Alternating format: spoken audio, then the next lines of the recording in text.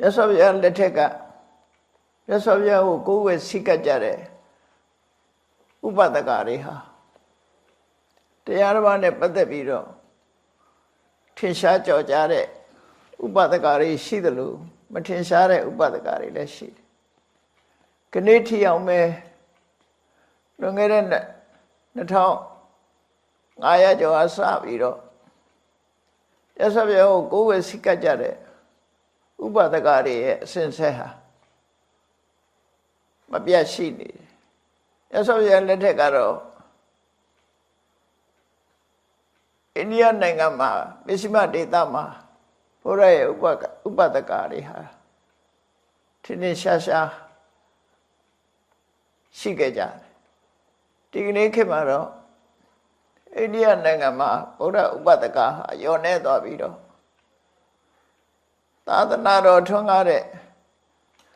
Yamanangalu, India Nanga, Pimbema, Yasaviago, Kuga Sikajare, Upadagari, Tinshare, Upadagari, Matan Dintare, Upadaga Shidalu, Madame Dene, Upadagale Shidabo. Erelu, Tinshare, Buddha, Upadagari, Sisabia, Shaniti on Shijar. Digni. Payalitega Upadagari, dear Jango. Do you Aja Tishijaya? The Buddha Panika Gondi now no corre, but Mazo Upadaga, no Jang and his Sati Bido. Hoja Naja Mepo. Pogo de Udia ye. A jungle did come. Tobago ye, Gino Waya. But what's a John being? The other use a John Yamya Bashira mo. Madana, you beat up. Bibido, do you Aja? Chosa Ato Nayara Pshitable. Tigninya, the Potan Nepandika. Kondi Gino yet, Jango. Pali Tagadari, my Prince of Tare, die. Naive Matajaya. But Mazum Palidoma. The Potan Nepandika Asre. Kondi Gino Jango. Yeda Taraliga. But was a Winaya Mahaweka Palima. Rather and not that a halu core. Lenombe. The Rendone. Yes, of the other Rendone, Lenombe. The Yamadrendone, Chingan is a biro. Pobiata is a langa Messiah. A Tagari Jaro. 3 years a jungle. Day boy, yo, Bishop and Boama, Ida Irotaja. Sajong semi uni pure mesolution. Through a Gavata Dinga de Biro. Yes, of Yago, but a mazo Ahara Swanka Queen Ya, Sudanga Jare Boguri to the Suri. Ademe. Ingodara Tagada Iderega Utu Iderega Wet Kama Sotaralio Yesabi of Yo. The Buddha Banlikaruha Yasavia Pial on the Ato Doctor be Deache. Yasavia Mapshikin. Yasavia Chede chain net dice biro.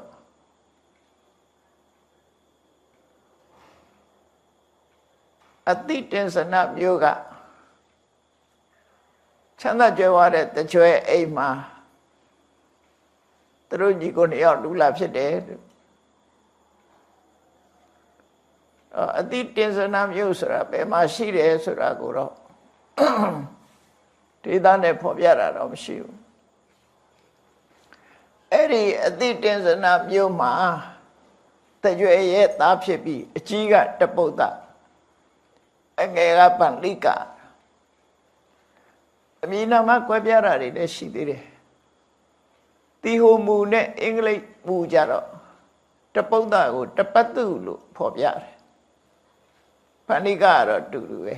သို့တော့ပန္လိကကိုလည်းဗန္လိယလို့ရေးတဲ့စာပေတွေလည်းရှိတယ်အမည်နာမဆိုတာတော့တိတိကျကျရေးတော့မဟုတ်တတ်ဘူးပေါ့အဲ့လိုသူတို့ဟာအတိတင်္စနာမြို့မှာဝေဖွာလာတဲ့ပုဂ္ဂိုလ်တွေအဖြစ်ဖော်ပြပြီးမြတ်စွာဘုရားအလောင်းတရားကျင့်လို့ဘုရားကရပတ်ဝန်းကျင်မှာတရင်သုံးနေတဲ့အချိန်သူတို့လည်းရွယ်ရောက်ပြီးတော့အိမ်တော်ရဲ့သားကြလို့ကိုရောင်းကိုဝယ်နဲ့အသက်မွေးကြတယ်ထိုကိကကိုရောင်းကိုဝယ်ထွက်တဲ့အခါမှာကလေးတွေနဲ့ကုန်ပစ္စည်းတွေတင်ပြီးတော့ရောင်းဝယ်လေးရှိကြတာလဲပေါင်း900နဲ့မိမိတို့ဒေသအတွက်ကုန်တွေကိုတင်ပြီးတော့တခြားဒေသသွားရောင်းတယ်တခြားဒေသကုန်တွေကိုလှဲတဲ့တခါပြန်တင်လာပြီးတော့မိမိဒေသမှာပြန်လိဖြစ်ဖြန့်ပြူးတယ်ပေါ့လေအဲ့တော့သူတို့ဟာအတိတင်္စနာပြောရနေပြီးတော့ကိုရောင်းကုန်ဝယ်ကိစ္စနဲ့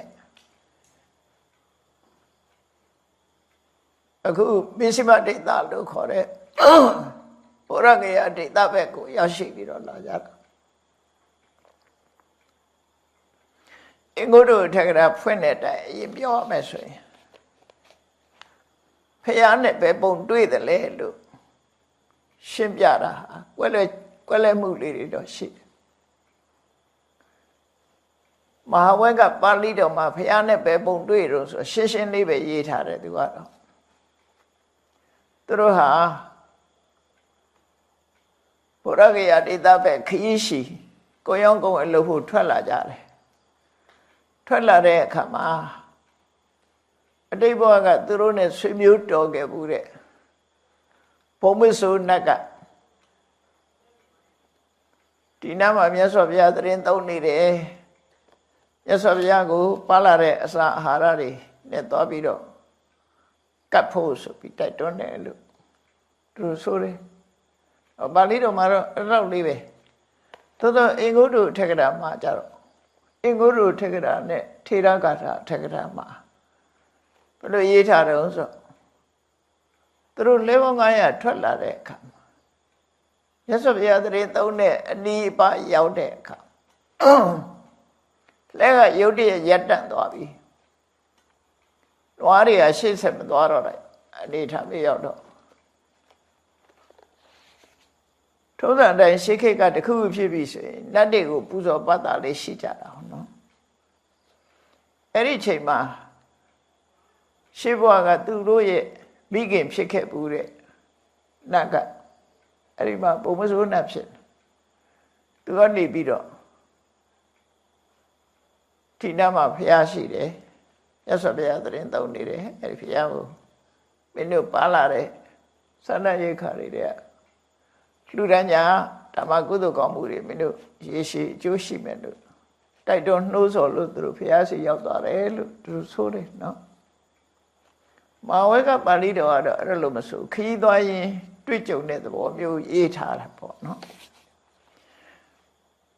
ဒီလိုစာပေကျမ်းကနေမှာ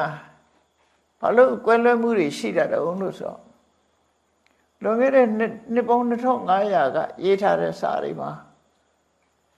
စัจ ကြောင်းနဲ့ပတ်သက်ပြီးကွဲလွဲမှုတွေကအများကြီးဗမာသမိုင်းမှာကြည့်မယ်ဆိုလို့ရှိရင်နော်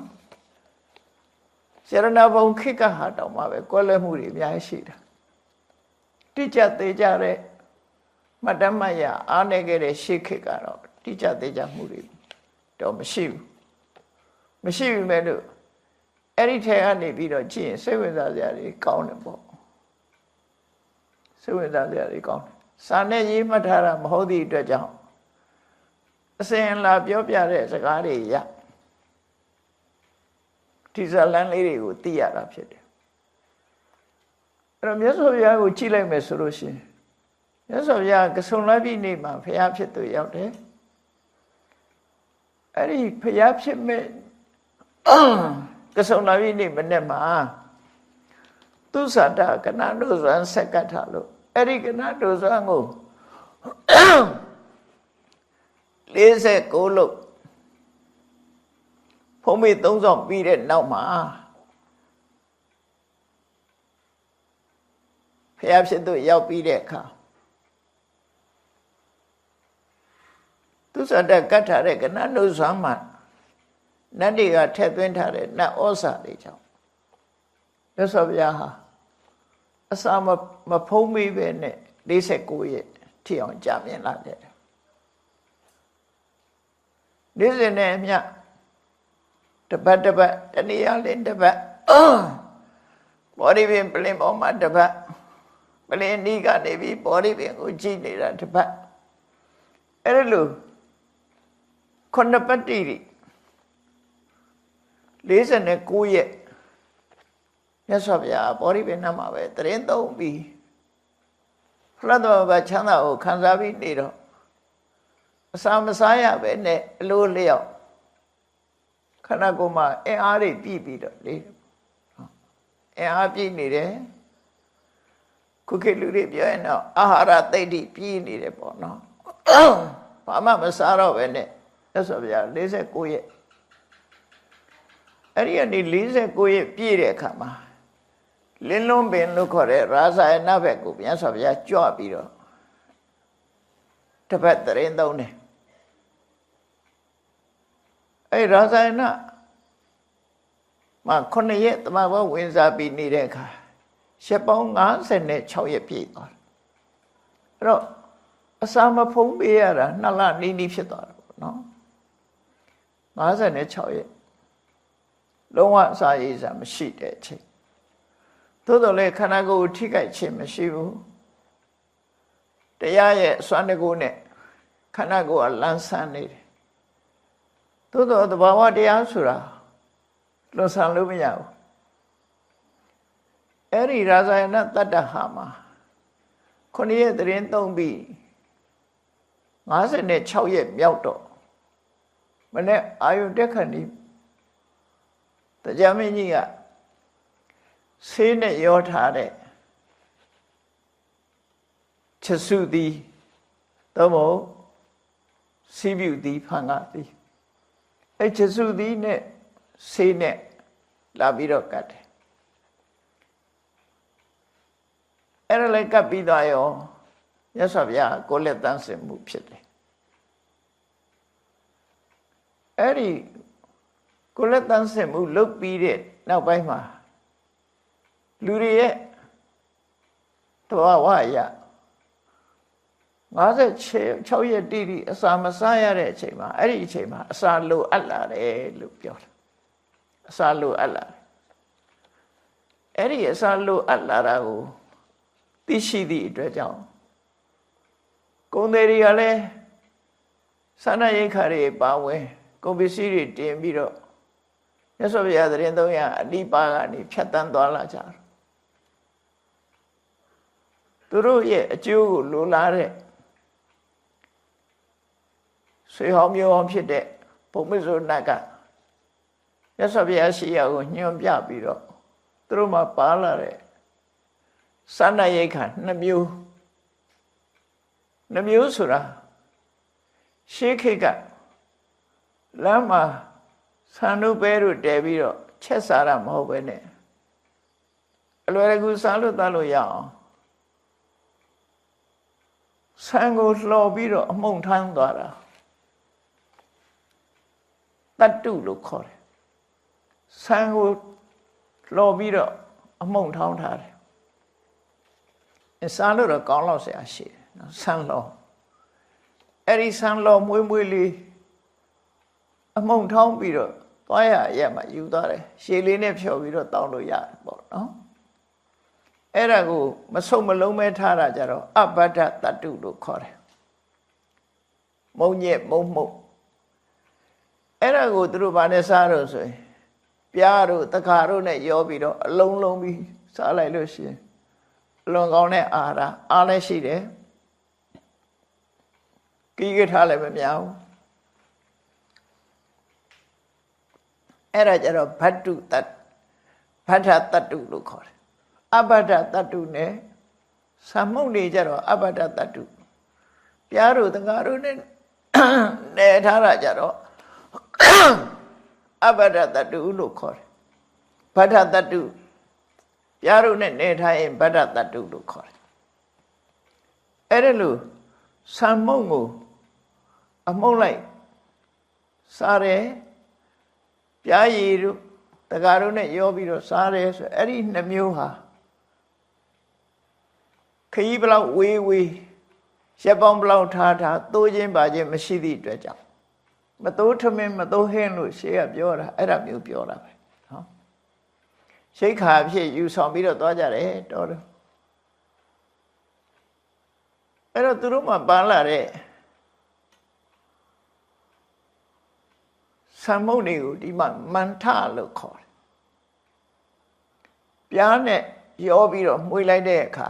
ပြားရည်တို့တကားတို့နဲ့ရောမှွေလိုက်တဲ့အခါမထုပိန္တိကပြားမုံစုပ်လို့အဲ့ဒီနှမျိုးနဲ့မြတ်စွာဘုရားကိုသူတို့သွားပြီးတော့ကတ်ကြဖို့တိုက်တွန်းလိုက်တာ ਨੇ ဝါမြောက်ဝမ်းသာပဲသူတို့ရွှေကွက်ကြီးနဲ့ထည့်ပြီးတော့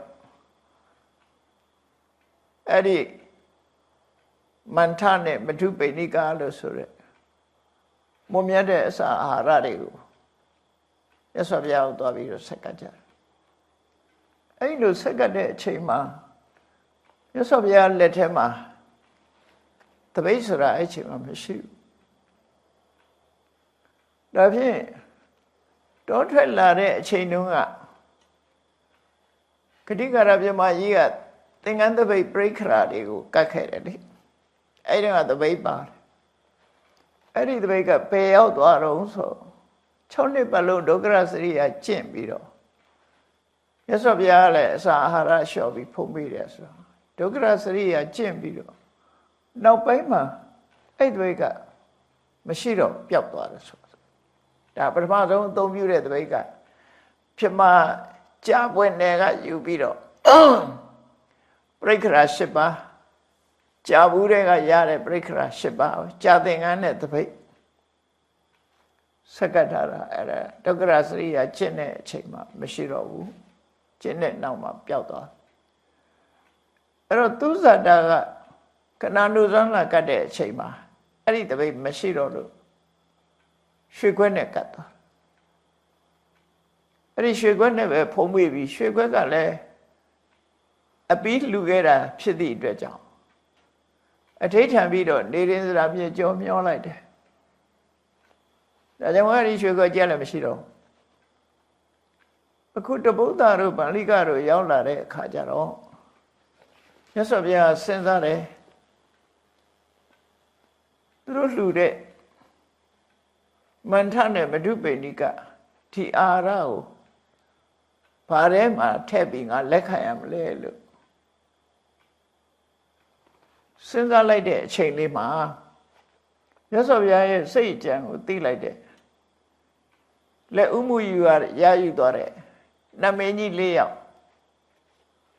အရှိဘက်ကအရှိရကတတရထနမင်းတောင်ရောက်ကဝိရုလက်ကနမင်းအနောက်အရက်ကဝိရုပက္ခနမင်းမြောက်အရက်ကကုဝေရဝိတဝဏနမင်းအဲ့ဒီနမင်းကြီး၄ယောက်ကကျောင်းညူတပိတ်ကြီး၄တယောက်တစ်လုံးစီယူပြီးတော့ဖះကိုလာပြီးတော့သူ့ဦးကိုလာလှူကြတယ်တပြိုင်နဲ့ရောက်လာတပိတ်ကြီး၄လုံးတပြိုင်နဲ့ရောက်လာမြတ်စွာဘုရားကသူတို့အားလုံးတပိတ်တစ်လုံးနဲ့တင်လက်ခံလိုက်လို့ရှိရင်မလူရတဲ့လူကဝမ်းနေမယ်ဒါကြောင့်မို့အားလုံးဝမ်းသာမှုဖြစ်အောင်ကျောင်းညူတပိတ်၄လုံးစလုံးကိုလက်ခံလိုက်ပြီးတော့တစ်လုံးနဲ့တစ်လုံးဆင့်ပြီးအပေါ်ကဖိလိုက်တဲ့အခါမှာ၄လုံးကတစ်လုံးနဲ့ဖြစ်သွားတယ်အရေး၄ရက်တည်းတော့ပေါ်နေတယ်၄လုံးရဲ့တစ်ဖွဲအရေး၄လုံး၄ရက်ပေါ်နေတယ်ကျောင်းညူတပိတ်ကြီးဟာဒါ မြတ်စွာဘုရားဘုရားမှာပြမကတ္တရာကပထမသပိတ်စာရနဲ့ပြောမယ်ဆိုရင်သူဇာတာရဲ့ရွှေကွဲကဒုတိယအခုကျောင်းညိုသပိတ်လေးလုံးကအဲ့ဒါတတိယသပိတ်လို့သူတို့ပြောအဲ့သပိတ်လေးရရောသပိတ်ထဲမှာမန္ထတို့ဘဒုပိဏိကတို့ကုန်သည်ရဲ့အာဟာရတွေကိုထည့်သွင်းပြီးမြတ်စွာဘုရားကတ်ခံပြီးဆွမ်းဖုံးဝေးချိန်တန်းနေသည့်အတွက်ကြောင့်အဲ့ဒီမှာပဲဆွမ်းဖုံးပေးလိုက်တယ်ပေါ့နော်ဒါ56ရက်လုံးဝအစာမစားပဲခုမှပထမဆုံးစားတာဒါကြောင့်မလို့သူတို့ဟာပထမဆုံးဆွမ်းဥလို့သူတို့ပြောတယ်နော်ဖျားဖြစ်ပြီးနောက်ပထမဆုံးဆွမ်းဥသို့တော်စာပေကျမ်းဂန်တွေမှာမြတ်စွာဘုရားရဲ့ပထမဆုံးဆွမ်းဥကိုသူစတာလို့ပဲမှတ်တမ်းတင်တယ်တပုဒ္ဒပါဠိကလို့မှတ်တမ်းမတင်ဘူးပထမဆုံးဆွမ်းဟာသူစတာရဲ့ဆွမ်းသို့တော်သူစတာဆွမ်းကတ်တဲ့အချိန်မှာဘုရားမဖြစ်သေးဘူးအဲ့တော့ဘုရားဖြစ်ပြီးတဲ့နောက်ပထမဆုံးဆွမ်းကတော့တပုဒ္ဒပါဠိကလို့ကတ်တဲ့ဒီမုံဆွမ်းပဲဖြစ်တယ်လို့ဒီလိုမှတ်သားရမှာဖြစ်တယ်နော်နောက်ဆုံးဆွမ်းကတော့စုံဓာဆိုတဲ့ပါဝါကစုံဓာဆိုတဲ့ပဋိစ္စယကတ်တဲ့ဆွမ်းကနောက်ဆုံးဆွမ်းပထမဆုံးဆွမ်းနဲ့နောက်ဆုံးဆွမ်းအဲ့ဒီဆွမ်းနဲ့ဆွမ်းဟာအဗ္ဗဓမ္မထူးခြားတယ်ဆိုပြီးတော့ဝမ်းမြောက်ဝမ်းသာပြောဖို့မြတ်စွာဘုရားရှန္ဒနာကိုမှာခဲ့တာလေးရှိတယ်မဟာပရိပ္ပန္နတုံးမှာ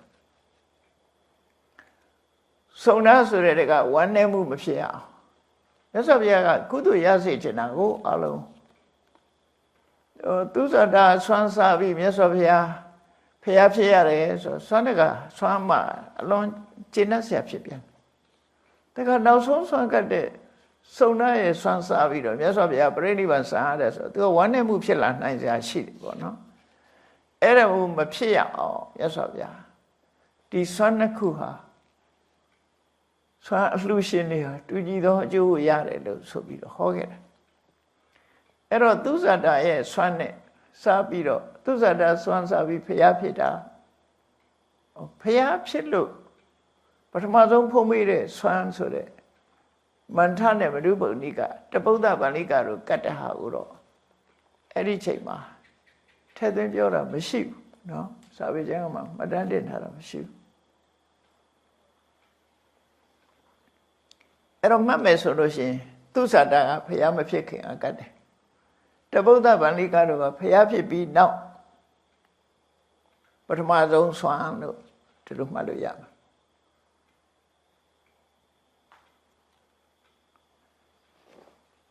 အဲ့ဒီလိုမြတ်စွာဘုရားဟာတပုဒ္ဒပါဠိကတို့ကတ်တဲ့ဆွမ်းလေးကိုဖုံးပေးပြီးတော့အင်္ဂုတ္တထက်ကတာမှာသူတို့ကိုတရားဟောတယ်လို့မှတ်တမ်းတင်တယ်သို့တော့ပါဠိတော်မှာတော့တရားဟောတယ်လို့မှတ်တမ်းမတင်ဘူးမဟောတာကပို့ပြီးတော့သဘာဝကျတယ်လို့ပြောရမယ်ဘာလို့လဲဆိုတပည့်ဆက်ကြတရားနှုတ်မို့ဆိုတရားဥဖြစ်တော့မှာမဟုတ်တော့မြတ်စွာဘုရားရှေ့ပိုင်းမှာတရားဟောတာမရှိဘူးတပည့်ဆက်ကြတရားမဟောခင်ကျွတ်တင်ပြီးတော့ဟောတဲ့တရားမရှိဘူးเนาะဒါကြောင့်မို့တပည့်ဆက်ကြကိုတရားဥလို့ခေါ်တာအင်္ဂုတ္တအထက်ကရာကတရားဟောတယ်လို့ပါတယ်သို့တော့ပါဠိတော်မှာတရားဟောတယ်လို့မပါဘူးမပါတာပိုကောင်းတယ်ပေါ့နော်သူတို့ဟာဆွမ်းကပ်ရတဲ့အခါမှာကျင့်နှံ့အာရမှုဖြစ်ပြီးတော့ဝန္တာပီတိတွေဖြစ်လို့ကုံတယ်ခရီးဆက်ခတ်နေမှာမြတ်စွာဘုရားကိုကိုယ်ွယ်စိတ်ကကြောင်းတရားတော်ကိုကိုယ်ွယ်စိတ်ကကြောင်းသူတို့တွေကဝန္တာအာရလျှောက်ထားကြတယ်ဗုဒ္ဓံတရဏံကိစ္ဆာမိဓမ္မံတရဏံကိစ္ဆာမိလို့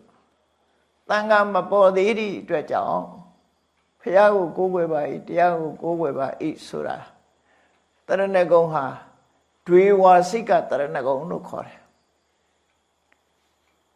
စကားနှစ်ပုဒ်နဲ့တည်းပဲ ချင်ကပ်ရတယ်ဖះနဲ့တရားကတော့ဖះပွင့်တဲ့တရားကဟောသည်ဖြစ်စေမောသည်ဖြစ်စေပေါ်ပြီးသားဒါကြောင့်မို့မေးလိမေးထတခါတလေကျတော့ရှိကြတယ်ဖះနဲ့တရားဘယ်ဟာရင်ပေါ်လာတော့ချို့လည်းကြမ်းကြမ်းပန်းပန်းအဲ့လိုမေးတယ်တချို့ကလည်းဖះနဲ့တရားဘယ်ဟာမြတ်တော့မှမေးသေးတယ်အဲ့တော့စဉ်းစားကြည့်ရမှာတော့တရားကျင့်လို့ဖះဖြစ်တာဆိုတော့တရားကတော့ရှိနေတယ်ဖះလုံးကျင့်တဲ့တရားရှိတယ်လေတရားကျင့်လို့တရားထုတရားမြတ်ရသွားတာတရားကျင့်တဲ့တရားကရှိတယ်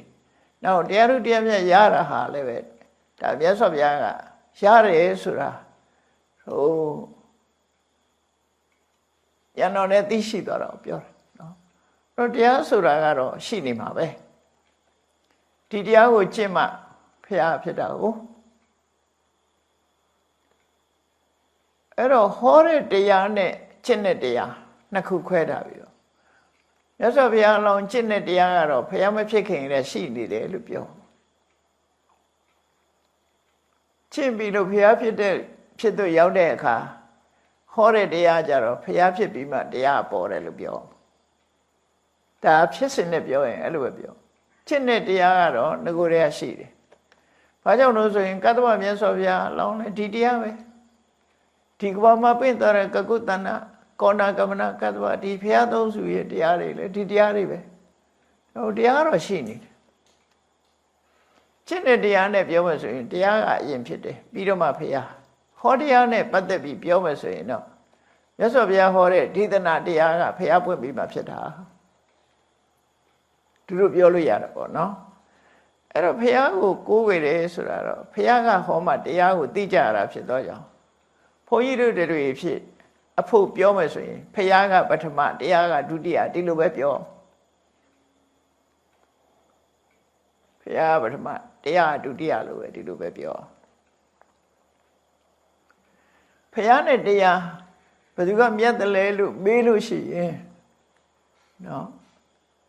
ဒီမေခွန်းနဲ့ပတ်သက်လာလို့ရှိရင်မြတ်စွာဘုရားဟာမြတ်စွာဘုရားသိလို့ဒီတရားကိုဖော်ထုတ်တာကျင့်ကြံကြုတ်ကိုအထုတ်လို့ရမသိဘူးမရဘူးဆိုလို့ရှိရင်ဒီတရားကိုလည်းဟောနိုင်မှာမဟုတ်ဘူးတရားဟာရှိနေတယ်သို့တော့အသိဉာဏ်နဲ့ရောက်လာတော့မှတရားကိုဖော်ထုတ်နိုင်တာဖြစ်တယ်သဘာဝတရားဆိုတာလောကမှာရှိနေပြီးသားပဲရှိနေပြီးသားဆိုတစ်ဖက်ကပြောရင်ဘယ်သူကမြတ်တုံးဆိုရင်အပြန်အလှန်ဘယ်လိုမြတ်တာကိုမေးပြောမလဲမြတ်တယ်ဆိုတဲ့နေရာမှာတစ်ဖက်ကပြောမယ်ဆိုရင်တရားကြောင့်ဖះဖြစ်ရတယ်ဖះဖြစ်လို့တရားကိုခေါ်တယ်ဆို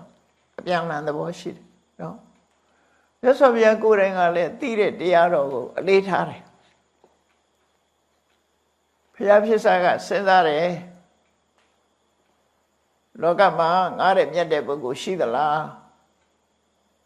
သီလသမာဓိပညာအဖြစ်မြတ်တဲ့ပုဂ္ဂိုလ်ရှိသလားလို့စဉ်းစားတဲ့အခါတလောကလုံးလူတွေတင်ကြည့်တာမဟုတ်ဘူးလူတွေတဲ့အဆင့်ရင်းနဲ့နတ်တိပြမာတွေထဲမှာပဲကြည့်လိုက်လောကကြီးတစ်ခုလုံးတတ္တလောကကြီးတစ်ခုလုံးကိုကြည့်လိုက်တဲ့အခါကောင်းကင်ကပြမာကြီးတောင်ဖရာရဲ့သီလကိုမမိချအောင်တမာရီလည်းမမိဘူးပညာလည်းမမိဘူးအဲ့တော့ဖရာတဲ့တာတဲ့ပုဂ္ဂိုလ်ဆိုတာမရှိသည့်အတွက်ကြောင့်လောကမှာတခုအလေးမပြုဘဲနဲ့နေတာဟာမကောင်းဘူးအလေးပြုရမယ်ဘာကိုအလေးပြုရမလဲဆိုငါသိတဲ့တရားကိုပဲအလေးပြုမယ်ဆိုပြီးတော့မြတ်စွာဘုရားတရားကိုအလေးပြုပြီးတော့နေတယ်နော်တရားကိုအလေးပြုပြီးတော့နေတယ်ဖះနဲ့တရားသည်ဖះတရားကျင့်လို့ဖះဖြစ်တယ်ဖះဖြစ်လို့တရားကိုသိတယ်ဒီလိုပဲပြောရမှာပဲမြတ်စွာဘုရားကတရားကိုအလေးပြုတယ်ပူဇော်တယ်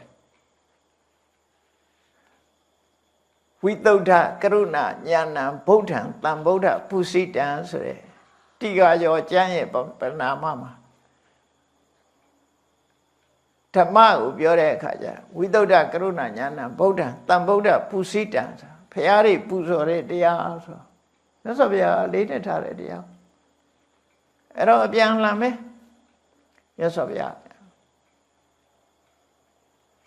ဘယ်သူကမြတ်တယ်ဘယ်ဝါမြတ်တယ်လို့ပြောကြအကြောင်းမရှိဘူးပေါ့နော်အဲ့တော့ကိုယ်ွယ်တဲ့ပုဂ္ဂိုလ်တွေအနေနဲ့ကဘုရားပထမတရားကဒုတိယဒါကြောင့်မို့ဘုရားသရဏံကိစ္ဆာမိဓမ္မသရဏံကိစ္ဆာမိတွေဝစိကတရဏဂုံနဲ့သူတို့နှစ်ဦးကစိကတ်တယ်အဲ့ဒီအချိန်မှာတန်ခါမပေါ်သေးသည့်အတွက်ကြောင့်တန်ခါတရဏံကိစ္ဆာမိမရှိသေးဘူးဖျားဖြစ်ပြီးတဲ့နောက်မှာပထမဆုံးဘုရားဘာသာဖြစ်တဲ့ပုဂ္ဂိုလ်နှစ်ဦးဟာတပုဒ္ဒနဲ့ပါဠိကလူဘဝမှာထူးခြားတဲ့ပုဂ္ဂိုလ်တွေအဲ့တော့သူတို့နှစ်ဦးကဓမ္မစကြာမဟောခင်မြတ်စွာဘုရားတရားဟောတာမဟုတ်လို့ဟောအောင်တော့လဲကြွမှာမဟုတ်တဲ့ပုဂ္ဂိုလ်တွေပေါ့ဒီချိန်မှာသူတို့ဆင်သင်မဖြစ်သေးဘူးလို့ဆိုတာဒါကြောင့်မို့မြတ်စွာဘုရားကိုသူတို့ကတရဏဂုံတီကိုးကွယ်ပြီးတဲ့အခါမှာမြတ်စွာဘုရားပေါ်မှာမမိတ်မသုံးယုံကြည်တဲ့တရားစွမ်းအားတော့လွန်ကြီးမားစွာဖြစ်သွားပြီအဲ့ဒီတရားတရားလျောက်သူတို့ပြန်သွားတဲ့အခါမှာဘယ်အရာကိုကိုယ်ွယ်စိတ်ကပ်ရပါမလဲလို့မြတ်စွာဘုရားကိုလျှောက်တယ်တဲ့လျှောက်တဲ့အခါမှာမြတ်စွာဘုရားကခေါင်းတော်ကိုလက်နဲ့ပုတ်တက်လိုက်တဲ့အခါမှာဆံမင်ကလေးတွေပါလာတယ်အဲ့တော့အရေးအတွက်ကိုတော့ပါဠိတော်မှာမဖော်ပြဘူးအထက်ကထာမှာတော့2မျိုးဖော်ပြထားတာရှိတယ်အထကိတ္တဓာတုယောလို့သာမှုတမှုရတော့သပင်လေးကိတ္တဓာတ်သပင်အမြင်လေးတွေရှစ်စုပါလာတယ်လို့ဆိုလို့လက်ထက်မှာညှိလာ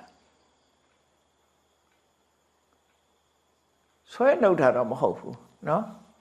စိတ်နဲ့တယ်မဲ့သပင်ကိုပုတ်လိုက်တဲ့အခါမှာလက်ထဲမှာရှစ်စုပေါ့စာမှုတစ်ခုကတော့အထကေသမုဋ္ဌိယောလို့စာမှုတစ်ခုမူခွဲတစ်ခုရှိတယ်ဒီဟိုမူမှာအဲ့ဒီမူကြည့်ပဲဆိုရင်တော့သူကြတော့ရှစ်ဆုပ်လို့အဓိပ္ပာယ်ရတယ်များလုံးနဲ့အဲ့ဒါကြတော့လေခေါင်းပေါ်ကသပင်နေကုန်းတလောက်ဖြစ်သွားတယ်ဆံမင်ရှစ်စုသို့မဟုတ်ဆံမင်ရှစ်ဆုပ်ဆိုတော့မြတ်စွာဘုရားရဲ့ကောင်းတော်ကပပုဆရာတွေကထုထားသည့်အတွက်ကြောင့်စတုံးလိုဖြစ်နေတယ်အမှန်ကအနေထားကမြတ်စွာဘုရားဟာမင်းသားဘဝတုန်းကတော့စတုံးနဲ့ပါဆန်ရှည်ထားလေးရှိတယ်ပမာပြေမှာတောင်မှပဲရှေးတုန်းကလူကြီးတွေဟာရောင်နေနဲ့နေကြတာခုနောက်ပိုင်းကျတော့မှဆံမင်းနေတိုးကုန်တာအင်္ဂလိပ်လက်ထက်ရောက်တဲ့အခါကျတော့မှဆံမင်းနေတိုးကုန်တော့ဘုန်းကြီးတို့ငယ်ငယ်တုန်းကယောက်ျားတွေအခုပုံစံလောက်ထားတာကိုဘိုးကေလို့ခေါ်ကြတယ်ဘိုးဆိုတာဗမာတွေကအင်္ဂလိပ်ကိုဘိုးလို့ခေါ်တာ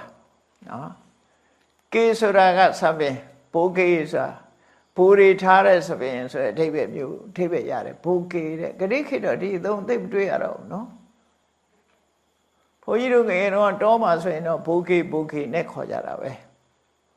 ဘိုးကေဆိုတာဘိုးကေသားပေါ့နော်ဘိုးတွေထားတဲ့ကေသားမျိုးလို့ဆိုလို့တယ်အဲ့တော့မြတ်စွာဘုရားကဘိုးကေလားလို့ဆိုမဟုတ်ဘူးမြတ်စွာဘုရားလောင်းတောထက်တဲ့အခါသဖြင့်အရှိနဲ့လာခဲ့တာသို့တော့ပါလာတဲ့တန်လျက်ဓာတ်နဲ့စရုံးထုံးထားတဲ့စိတ်နဲ့မှန်းကြည့်လိုက်ပေါ့ခေါင်းဘဟိုတဲ့တဲ့ကိုစရုံးထုံးထားအဲ့ဒီစရုံးအောက်ခြေကနေကပ်ပြီးတော့တန်လျက်ဓာတ်နဲ့ဖြတ်လိုက်တာဟိုကရုံးပြောင်ရိုက်ထားတာမဟုတ်ဘူးနော်တန်လျက်ဓာတ်နဲ့ဖြတ်လိုက်တဲ့အခါကျတော့အခုခေတ်ဘိုးကေဆိုတဲ့ဆပင်လောက်တော့ရှိသွားတယ်ဒါကြောင့်မို့မြတ်စွာဘုရားယဟန်တွေကိုဆပင်အရှိလက်နှစ်သက်ထားနိုင်တယ်သို့တော့အချိန်နဲ့လည်းပိုင်းထားတယ်2 လဆိုရင်ရေးရမယ်လက်နှစ်သက်ဆိုရင်လက်နှစ်သက်တဲ့လက်ပို့ပြီးတော့မရှိစေရဘူး2 လလည်းပို့မထားရဘူးဒါ တချို့ကဆံမင်းတန်တော့2လမှလက်နှစ်သိကြော်ရင်ကြော်တော့မယ်လေဆံမင်းမတန်တဲ့လူကတော့လီနဲ့ရှည်ကြမှာလည်းရှိမယ်အဲ့ဒါကြောင့်မလို့နှစ်ခုစလုံးကတ်တတ်ထားတယ်လက်နှစ်သိအချိန်နဲ့အရှည်နဲ့ဆိုရင်လက်နှစ်သိပဲထားသို့မဟုတ်အချိန်နဲ့ပြောလို့ဆိုရင်2လပဲထား2လတည်းမပူရဘူးရိတ်ရမယ်ဆိုပြီးသူတို့ဆိုလို့တယ်မြတ်စွာဘုရားကြတော့ထူးခြားအောင်ပဲအလောင်းတော်ဘုရားကစတုံးအောင်ကနေကပ်ပြီးတော့ဖြတ်လိုက်တဲ့အခါမှာအဲ့ဒီဖီးပြီးတော့သေးသေးချာချာစုစီဖိထားတဲ့ဆပင်တွေကအောက်ကိုပြေကျမသွားပဲနဲ့အခုခေတ်လူတွေကတော့ကော်နဲ့ကတ်ကြတယ်ထမရဲ့ကော်ကပ်ပြီးတော့ထောင်ထားလိုက်သေးတာပေါ့ငှက်မောက်လို့ကြက်မောက်လို့ထောင်ထားသေးတာအဲ့တော့မြတ်စွာဘုရားရဲ့ဆပင်ကတော့အဲ့လိုကော်ကတ်ထားတော့မဟုတ်တော့ဘူးအလဲကောင်းဖြတ်လိုက်တဲ့အခါမှာခေါင်းထိတ်အလဲမှာစွတ်စွတ်လေးဖြစ်တယ်အယောင်ကအနက်ရောင်ပဒုံးရောင်ဆိုင်ကေတာဆိုတော့ဟိုစိတ်တက်ကြည်လင်တဲ့အခါကျတော့အသားရည်ဟာတောက်ပါတယ်လို့ပဲဆပင်ကလည်းတောက်ပါတယ်စီလိမ့်ထားတယ်လို့လဲဖြစ်တယ်အဲ့ဒါကိုကေတုမာလာရောင်လျံဆိုပြီးတော့ဒီဂျန်နဲ့ဆန်စုသေးလေးလက်နဲ့တဲ့လောက်ရှည်တဲ့ဆန်အစုလေးကိုကေတုမာလာအယောင်လိုဟာမျိုးထည့်ပြီးတော့ဗဘူးဆရာတွေကထုလိုက်တဲ့အခါကျတော့စတုံးဖြစ်သွားတယ်မြင်ရတော့စတုံးလို့ဖြစ်တယ်အမှန်ကတော့အယောင်ကြောင့်အရိတ်ထင်တာကိုဆိုလို့တယ်နော်အရိတ်ထင်တာဘုန်းကြီးတို့တော့အခုအဲ့ဒီအယောင်ကိုထည့်မထုပါနဲ့ရသော်ဘုရားရဲ့ပင်ကိုအတိုင်းထားပါဆိုပြီးတော့ခုမဟာဗျမမုနိစေတီတော်မှာကိုးကွယ်မဲ့ရုပ်ပွားတော်ကြီးတွေကိုစတုံးကိုအောက်ခြေကဖြတ်ထားတဲ့ပုံစံမျိုးလေးဖြစ်အောင်ထုခိုင်းတာအနိုးဆိုရင်လူတွေကပြောကြတယ်စတုံးနဲ့နော်မဟုတ်တဲ့လူတွေကဂေါရမစတုံးတော့ခေါ်ကြသေးတချို့ကမေးတယ်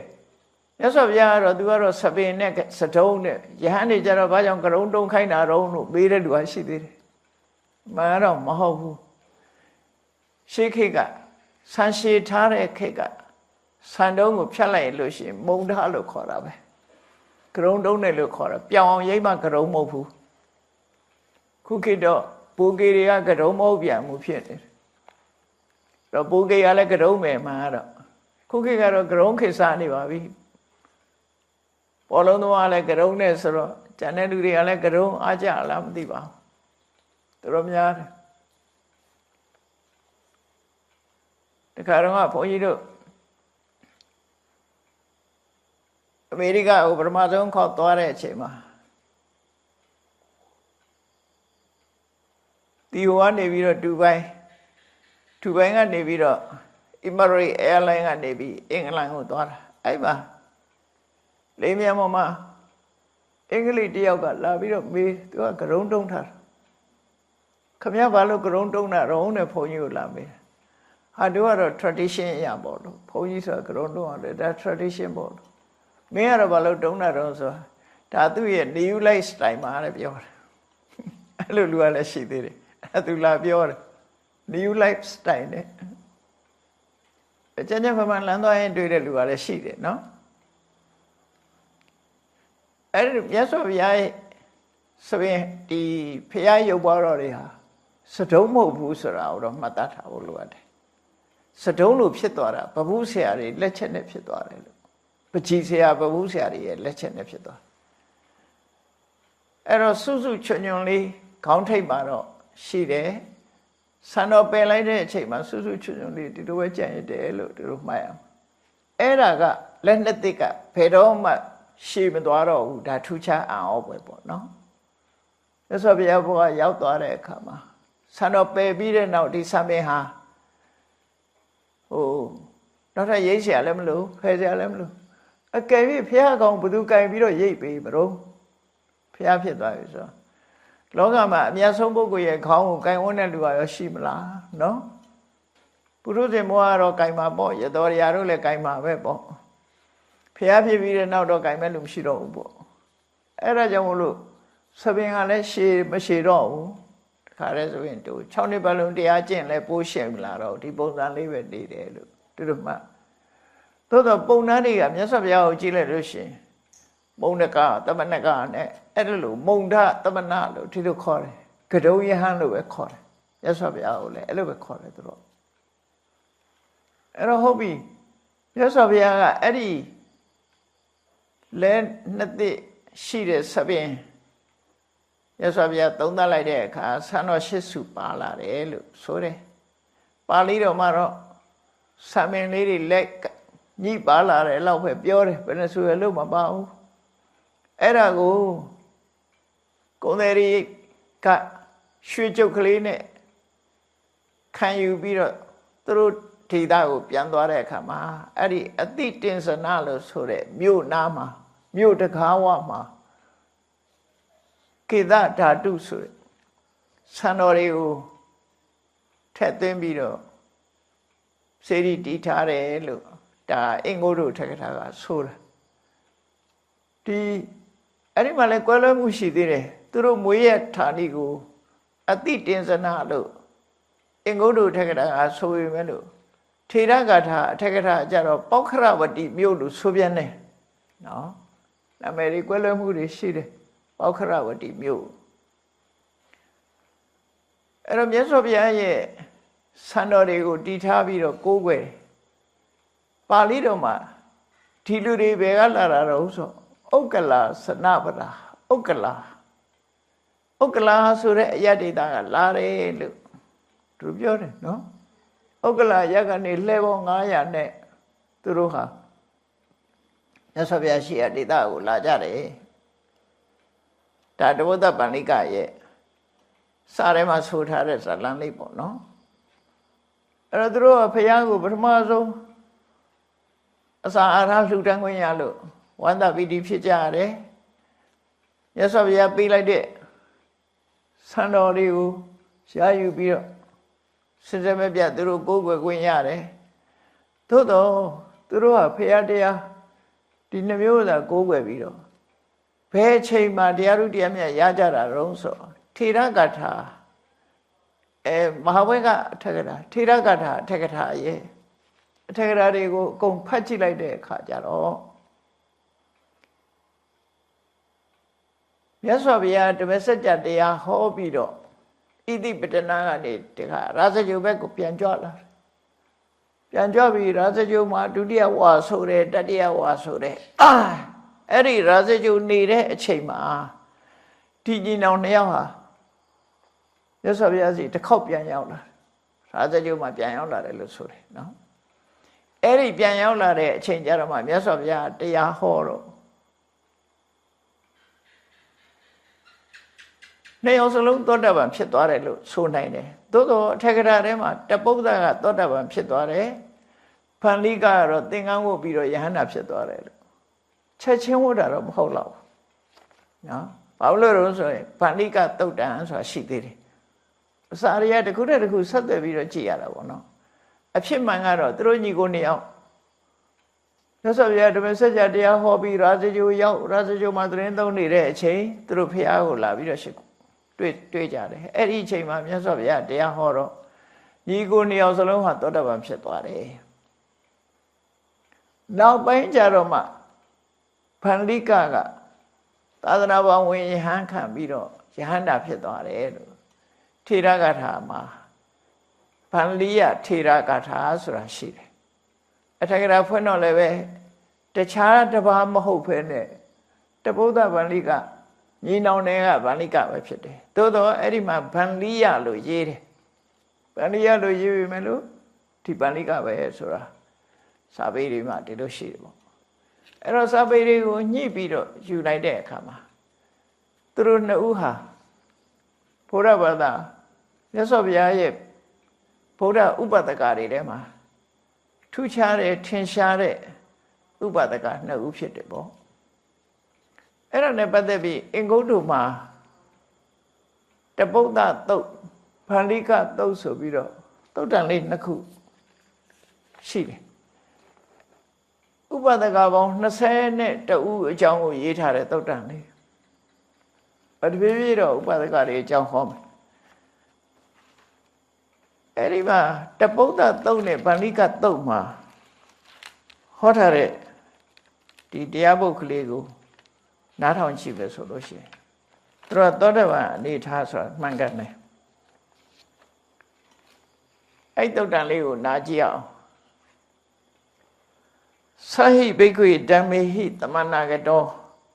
တပုတ်သောဃပတိတထာဂတိနိဋ္ဌင်ကတောအမတတသောအမတံသစ္စိကတဝါ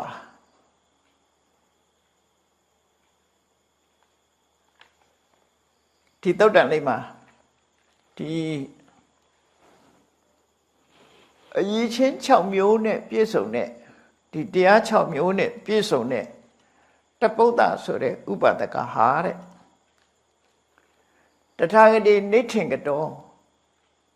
မြတ်စွာဘုရားအပေါ်မှာသူယုံကြည်ချက်ဟာအဆုံးသတ်ယုံကြည်ချက်ပဲမပြောင်းလဲတော့ဘူးဆိုနိဋ္ဌင်ကတောဆိုတာနိဋ္ဌံကတောဆုံးဖြတ်ချက်ချထားပြီးပြီမြတ်စွာဘုရားအစ်စ်လို့ဆိုပြီးတော့မပြောင်းလဲတော့ဘူးပုရုဇဉ်တွေကအဲ့လိုမဟုတ်ပြောင်းတယ်လေပြောင်းတယ်အဲ့တော့တထာဂတိနိဋ္ဌင်ကတောမြတ်စွာဘုရားအပေါ်မှာလုံးဝဒါတကယ်ဆရာအစ်စ်ပဲဆိုပြီးတော့အပြောင်းလဲမရှိဘဲနဲ့ဆုံးဖြတ်ချက်ချတယ်အမတတသောနိဗ္ဗာန်တရားကိုကောင်းကောင်းမြင်တယ်အမတံသစ္စိကိတဝါဣရိယတိတဲ့နိဗ္ဗာန်ကိုမျက်မှောက်ပြုပြီးတော့သူဟာနေထိုင်နေဘဝမှာအဲ့လိုဖော်ပြထားတယ်အရေးချင်း6မျိုးနဲ့ပြည့်စုံတဲ့တပုဒ္ဒဟာမြတ်စွာဘုရားပေါ်မှာလုံးဝယုံကြည်တယ်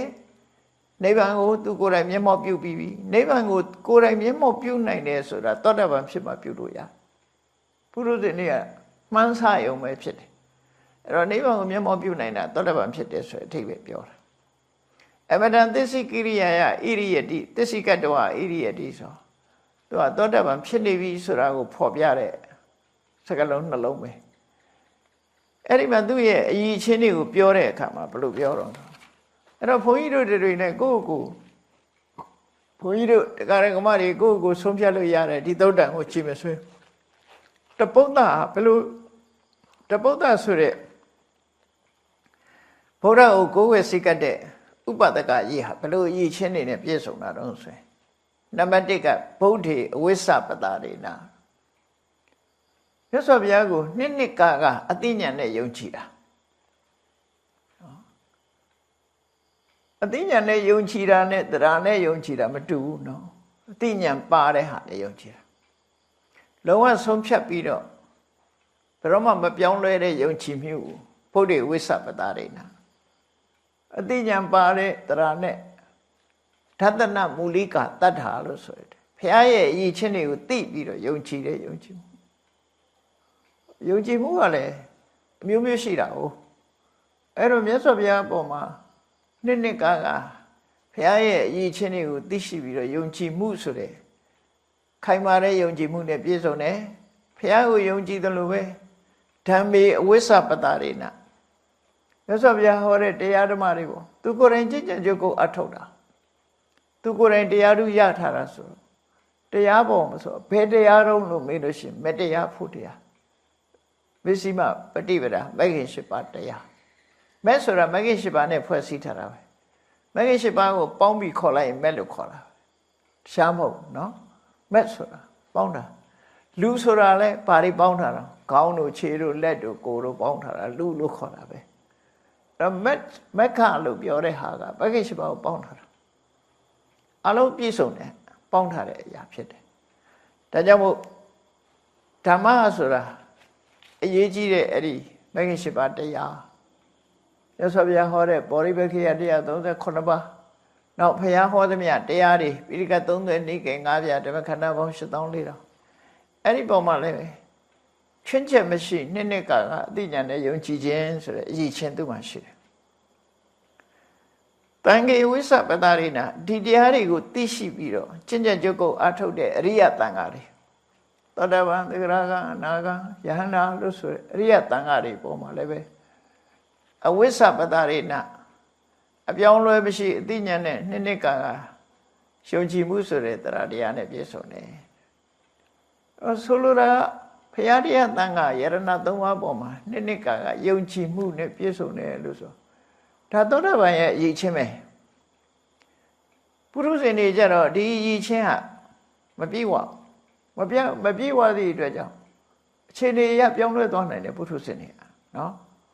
အဆွဲကောင်းရင်ပြောင်းသွားသေးတာပုထုဇဉ်ဆိုတာပြောလို့မရအဲ့တော့ဒီလိုဖရာတရားတန်ခါရဏသုံးပါးအပေါ်မှာနှစ်ကာကယုံကြည်သွားတယ်ဆိုတာခိုင်မာတဲ့တရားတရားနဲ့ယုံကြည်သွားတဲ့ပုဂ္ဂိုလ်အဆင့်လို့ဆိုလို့တယ်ပေါ့အဲ့တော့ဘုန်းကြီးတို့တွေအဲ့ဒီဆင်းရအောင်ကြိုးစားရမယ်ဆိုတော့တတိထားမှာပေါ့နော်ဥပဒကတိုင်းဟာဖရာကိုမပြောင်းလဲတဲ့နှစ်ကာကယုံကြည်မှုတရားနဲ့ပတ်သက်ပြီးနှစ်ကာယုံကြည်မှုတန်ခါနဲ့ပတ်သက်ပြီးနှစ်ကာယုံကြည်မှုဆိုတာနောက်တစ်ခုကဘာတော့အရိယေနသီလေနအရိယေနသီလေနဆိုတာလူ့ကြောင့်ဒီမှာအဓိကတော့၅ပါးသီလပဲအရိယကန္တသီလလို့ခေါ်တယ်အရိယတွေဘယ်လောက်ပြန်နိုးတော့ဆိုရင်ဘဝကူးသွားတောင်မှဒီသီလမပြတ်ဘူးအဲ့တော့ဒီနေ့ခေတ်မှာလည်းပဲသောတာပန်လူဝင်စားလေးတွေလို့ပြောနိုင်လောက်တဲ့တချို့ကလေးလေးတွေရှိတယ်နော်မွေးလာကြတဲ့ကငယ်ငယ်လေးတွေကသူများတဲ့မတတ်တဲ့ကလေးလေးတွေရှိတယ်ကြားဘူးတယ်နော်အဲ့တော့ဘဝကနေပြီးတော့သီလလုံလာတဲ့ပုဂ္ဂိုလ်လေးတွေဟာဒါသောတာပန်ဝင်စားလေးတွေလို့ပြောနိုင်တာပေါ့နော်သောတာပန်လည်းလူပြန်ဖြစ်နိုင်သေးတာဟုတ်အရိယေနသီလေနမြင့်မြတ်တဲ့၅ပါးသီလနဲ့အခိုင်အမာပြည့်စုံတယ်တဲ့နံပါတ်5ကျတော့အရိယေနညာနေနဆိုတာကိုသောတာပန်ဖြစ်သွားတာကိုပြန်ပြီးတော့သိတယ်သိတဲ့ဉာဏ်ပစ္ဆွခဏဉာဏ်လို့ခေါ်တယ်အဲ့ဒါကိုပဲဒီနေရာမှာအရိယေနညာနေနလို့ပြောတယ်ကိုဘဝအခြေအနေကိုပြန်သိနိုင်တဲ့ဉာဏ်နောက်တစ်ခါအရိယာယဝိမု ക്തി ယမြင့်မြတ်တဲ့လွတ်မြောက်မှုဆိုတာသောတာပတိဖို့ကိုပြောတာဖြစ်တယ်ဒါဆိုလိုတာကတော့ဒီအင်္ဂါ6ချက်ပြောထားတာဟာတပုဒ္ဒဟာသောတာပန်ဖြစ်တယ်ဆိုတာကိုပြောတဲ့စကားပါပဲဒီသုတ်တံထို့တူပဲဗန္လိကနဲ့ပတ်သက်ပြီးတော့လေမြတ်စွာဘုရားဒီတိုင်းဟောတယ်ဗန္လိကကလည်းတရား6မျိုးနဲ့ပြည့်စုံတဲ့ဗန္လိကဟာမြတ်စွာဘုရားပေါ်မှာဆုံးဖြတ်ချက်ယုံကြည်ချက်အပြည့်အဝရှိတယ်ဆိုတဲ့အကြောင်းနဲ့ပတ်သက်ပြီးတော့လည်းပဲဒီတရား6မျိုးပဲအဲ့ဒီမဲ့ဗုဒ္ဓေဝိသပတာရိနဓမ္မေဝိသပတာရိနသံဃေဝိသပတာရိနအရိယေနသီလေနဆိုတာဒါသောတာပန်ရဲ့အင်္ဂါရပ်တွေပဲနော်သောတာပန်ဖြစ်ပြီဆိုရင်တချို့နေရာမှာအင်္ဂါ၄ပါးဆိုတာဒါကိုပြောတာနော်ဒါ၄ပါးဒီမှာဘာထည့်ထားတော့ဆိုအရိယေနညာနေနအရိယာယဝိမု ക്തി ယဆိုတာဒါလေးနှစ်ခုပို့ထည့်ထားအဲ့ဒါလေသောတာပန်ဖြစ်ပြီဆိုရင်သောတာပန်တရားဓမ္မကိုပြန်ပြီးဆင်ခြင်သုံးသပ်နိုင်တဲ့ဉာဏ်ဒီမှန်ကန်တဲ့တဏှာဒိဋ္ဌိနဲ့ဝိသိကိစ္စလွတ်မြောက်မှုဆိုတဲ့သောတာပတိဖို့အရိယာယဝိမု ക്തി ဒါလည်းသောတာပန်ရဲ့တခြားနေရာမှာသောတာပန်ရဲ့အရေးချင်းထဲမှာထည့်မပြောပြီးမဲ့လို့ဒါလည်းသောတာပန်အရေးချင်းပဲလို့ဒီလိုမှတ်သောတာပန်အရေးချင်းကိုဖော်ပြလို့ရှိရင်ဒီ၄ခုပဲဖော်ပြလို့ရှိတယ်သောတာပန်ဖြစ်ကြောင်းအင်္ဂါဆိုရင်ကတော့သူကတစ်မျိုးသောတာပတိယင်္ဂါနဲ့ပတ်သက်ပြီး2မျိုးရှိတယ်သောတာပန်ဖြစ်အောင်ကျင့်နိုင်တဲ့အကျင့်အကြောင်းတရား၄မျိုးကြတော့သူတော်ကောင်းကိုစိတ်ကပ်ခြင်းသူတော်ကောင်းတရားကြားနာခြင်းယောနိသောမနတိကာရရှိခြင်းတရားဓမ္မကိုမှန်ကန်စွာကျင့်ကြံကြိုးကိုအထုတ်ခြင်းလို့ဆိုအဲ့ဒီ၄ခုကသောတာပန်ဖြစ်ကြောင်းတရား၄ပါးစာပေမှာသောတာပတိယင်္ဂါလို့သုံးတယ်သောတာပန်ဖြစ်သွားရင်ရှိတဲ့အင်္ဂါရပ်ကလည်း၄ခုပဲဗုဒ္ဓေဝိသပတာရဓမ္မေဝိသပတာရသံဃေဝိသပတာရအရိယေနသီလေနဆိုအရိယကန္တသီလဒီ၄ခုဟာဒါသောတာပန်ရဲ့အင်္ဂါသောတာပန်ဖြစ်ပြီဆိုရင်ဒီရည်ချင်းတွေရှိတယ်လို့အဲ့တော့ကိုယ့်အကိုသောတာပန်ဖြစ်မဖြစ်ဒီရည်ချင်းနဲ့သတ်မှတ်ရမှာလို့ဆိုလို့ဘယ်ရပဲဖြစ်ဖြစ်အရည်ချင်းဟာအရေးကြီးဆုံးပဲပေါ့နော်အဲ့တော့ဒီသုတ်တန်တွေကိုကြည့်လိုက်မယ်ဆိုလို့ရှိရင်ဒါတပုဒ္ဒနဲ့ဗန္လိကတို့ဟာ စာစကြမျိုးမှာတရားနာပြီးတော့သောတာပန်ဖြစ်သွားကြပြီဆိုတာဒါတစ်ခုမှတ်ဖို့နောက်တစ်ခါတပုဒ္ဒတုတ်အင်္ဂုတ္တထဲမှာနဝကနိဗ္ဗာန်မှာတသုတ်ရှိသေးတယ်အဲ့ဒီတုတ်ကတော့သူလျှောက်တဲ့စကားလေးလောက်တင်ရှင်အန္တရာကိုသူလျှောက်တဲ့စကားလေးရှိတယ်ရှင်ဘုရားတဲ့ယဟန်ငယ်လေးတွေအခုချိန်မှာသာသနာပေါ်ဝင်ပြီးတော့သာသနာပေါ်မှာကြာရှိစွာနေနိုင်ကြတယ်တဲ့ကာမဂုဏ်အာယုံကိစ္စတွေရှောင်ရှားပြီးတော့နိက္ခမလို့ဆိုတဲ့ယဟန်ဘဝမှာပျော်မွေ့နေကြတယ်တပည့်တော်အနေနဲ့ကတော့ယဟန်ဝဖို့စဉ်းစားလိုက်တိုင်း6ခါးပါးကြီးတဲ့ဆင်းရမလို့စိတ်ထဲမှာခံစားရတယ်သူသင်္ကန်းတော့မွန်းနိုင်ဘူးဆိုတော့ပြောတယ်အဲ့ဒါတပုဒ္ဒပြောတာနော်ဒါကြောင့်မို့လို့သူလူကြောင့်နဲ့ပဲစခန်းသိမ့်ပုံညာသူသင်္ကန်းမဟုတ်ဘူးသို့တော့သူညီဗန္ဓိယကြတော့နောက်ပိုင်းမှာသင်္ကန်းဝတ်သွားတယ်ထေရဂါထာမှာသူညီဟောခဲ့တဲ့ဂါထာလေးတစ်ပုဒ်ကိုနာကြည့်အောင်မထေရမြတ်တို့ရဲ့အမှတ်တရစကားထဲမှာလည်းဟောထားတာရှိပါတယ်သူ့အကြောင်းနော်အဲ့တော့သူညီဟောထားတဲ့တရားလေးကယောပါဏုတိမစ္ဆုရာသတ္တသေနံနလတိတုံဝသုထုပ္ပလမဟောခောဥပမာလေးနဲ့တင်စားပြောတာရေစည်းတန်တဲ့မြည်စည်းဟာအရှိန်နဲ့စီးလာတဲ့မြည်စည်းဟာကျူရိုးနဲ့ဆောက်ထားတဲ့တရားလေးခနော်ခနဲ့ကျူရိုးနဲ့ဆောက်ထားတဲ့တရားလေးကိုဖြိုချတိုင်မျောသွားတယ်လို့သေမင်းရဲ့စစ်တပ်ဖြစ်တဲ့သေမင်းရဲ့လက်နဲ့တွေစစ်သည်ဘိုးပါအားလုံးကိုအနိုင်တိုက်နိုင်တဲ့ပုဂ္ဂိုလ်ဟာအောင်မွေးရသူဖြစ်ပါတယ်သူပြောပါတယ်နော်သူယဟန္တာဖြစ်တော့ပြောတဲ့စကားအောင်မွေးရသူဖြစ်တဲ့ဝိသိတာဝီဘုရားပေတော့ကြောက်ဆက်လုံးဝမရှိဘူးကြောက်စိတ်ကင်းတယ်တန်တော်သောပရိနိဗ္ဗုတောထိတတ်တော်အဲ့ဒီပုဂ္ဂိုလ်ဟာလောကမှာအရင်ကျေးဆုံးယန္တာဖြစ်သွားရင်မိုင်ရိုင်းတဲ့စိတ်မရှိတော့ဘူးလေအကုသိုလ်စိတ်မရှိတော့ဘူးဒါမှမဟုတ်အရင်ကျေးဆုံးဖြစ်သွားရင်စိတ်ထက်အနေနဲ့ယဉ်ကျေးသွားတယ်ပရိနိဗ္ဗုတောကိလေသာတွေငြိမ်းသွားတယ်ထိတတ်တော်စိတ်ဓာတ်တည်ငြိမ်မှုဘဝမှာယက်တည်မှုရသွားပြီတန်တရားထဲမှာယက်တည်ရသွားပြီလို့သူတို့ဆိုလို့တယ်ယဟန္တာဖြစ်သွားပြီလို့သူယဟန္တာဖြစ်ကြောင်းကိုဖော်ထုတ်တဲ့စကားလေးပဲထေရဂါရမှာဗန္ဓိယမထေရရဲ့မိန့်ကြားခဲ့တဲ့ယဉ်တွင်းစကားအဖြစ်မှတ်သားထားတာဒီလိုရှိတယ်အမှတ်တရစကားအဖြစ်ဒီလိုရှိတယ်အဲ့တော့ပထမဆုံးဖျားဖြစ်ပြီးနောက်မြတ်စွာဘုရားကိုဆွမ်းကပ်ခွင့်ရတာဟာတပုဒ္ဒနဲ့ပါဠိကဖျားတရား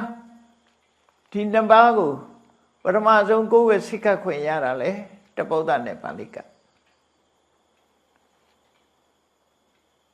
တပုဒ္ဒဟာသောတပန်ဘုရားရောက်သွားပြီပါဠိကကတော့နောက်ပိုင်းမှာသင်္ကန်းဝတ်လို့ယဟန္တာဖြစ်သွားတယ်လို့သူတို့ညီကိုနှစ်ဦးရဲ့စပ်ပေါင်းကတော့အဲ့ဒါလိုပဲပေါင်းထားတာဒီနောက်တော့တိတ်ပြီးတော့သူတို့အကြောင်းကိုသိရတာမရှိတော့ဘူးဒါဒီဇလန်နဲ့ပတ်သက်ပြီးတော့မှတ်သားကြည့်မယ်ဆိုရင်ဘဝဆိုတာနော်အခြေအနေနဲ့အချိန်အခါကံကောင်းတဲ့ပုဂ္ဂိုလ်တွေဟာကံကောင်းသလိုစုံစည်းကြရတယ်တို့တွေဟာကံကောင်းနေအောင်အလုပ်ကောင်းမှုကြိုးစားရမှာဖြစ်တယ်သိတဲ့အချိန်မှာအကောင်းဆုံးအလုပ်တွေကိုလုပ်နိုင်အောင်တို့တွေကြိုးစားအထောက်ကြမယ်လို့ဒီတရားတော်လာတဲ့အတိုင်းမှတ်သားပြီးမြတ်စွာဘုရားအပေါ်မှာနှစ်ကာယယုံကြည်မှုတရားဓမ္မအပေါ်မှာနှစ်ကာယယုံကြည်မှုသံဃာအပေါ်မှာနှစ်အရိယသံဃာတွေအပေါ်မှာနှစ်ကာယယုံကြည်မှုနဲ့အရိယကန္တသီလဆိုရယ်ကိုချင်းသီလမြဲမြံမှုမြတ်နိုးမှုဒီချင်းတွေတို့တွေပြည့်စုံအောင်ကြိုးစားအထောက်ကြမယ်လို့ကိုစီတတိထားပြီးကျင့်ကြံပွားများကြိုးစားအထောက်နိုင်ကြပါစေကုန်သတည်း